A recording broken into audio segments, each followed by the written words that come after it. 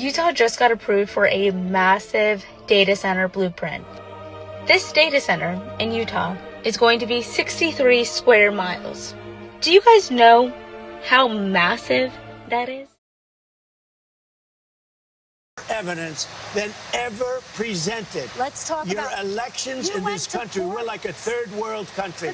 Your elections are crooked, and you're crooked, and Meet the Press is crooked, and so is ABC and CBS and CNN. But Mr. President, you're one-sided crooked networks. All right, let's call it quits because I've had enough. Thank you, darling. Have a good time. Mr. President, let's please. I traveled all the way to Wisconsin.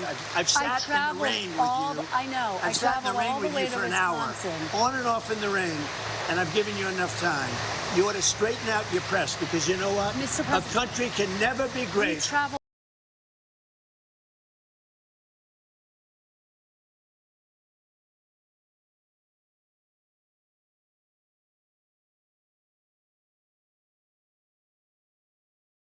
Just have to come on here and say this real quick about the data centers. If you think that the government and big tech are building these billion-dollar facilities in the middle of nowhere to store your family photos or help you in any capacity, you're retarded. Okay? You're retarded.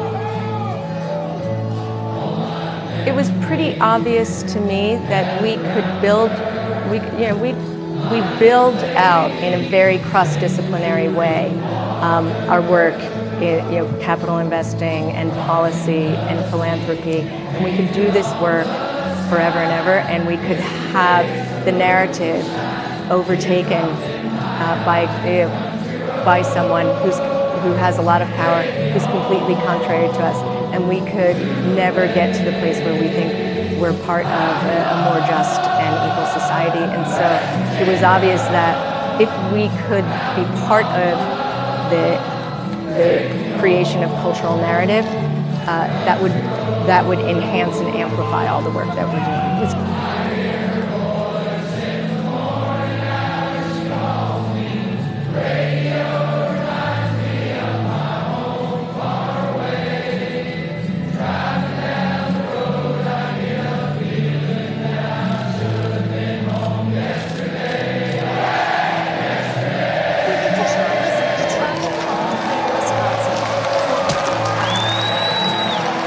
Seen the president in 8 days.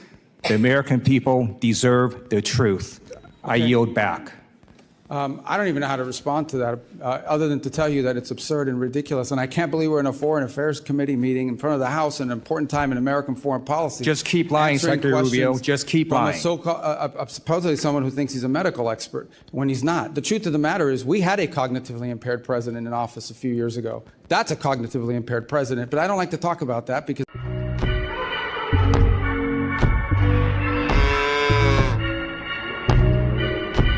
they're calling them data centers because calling them mass surveillance centers would probably send people into a spiral.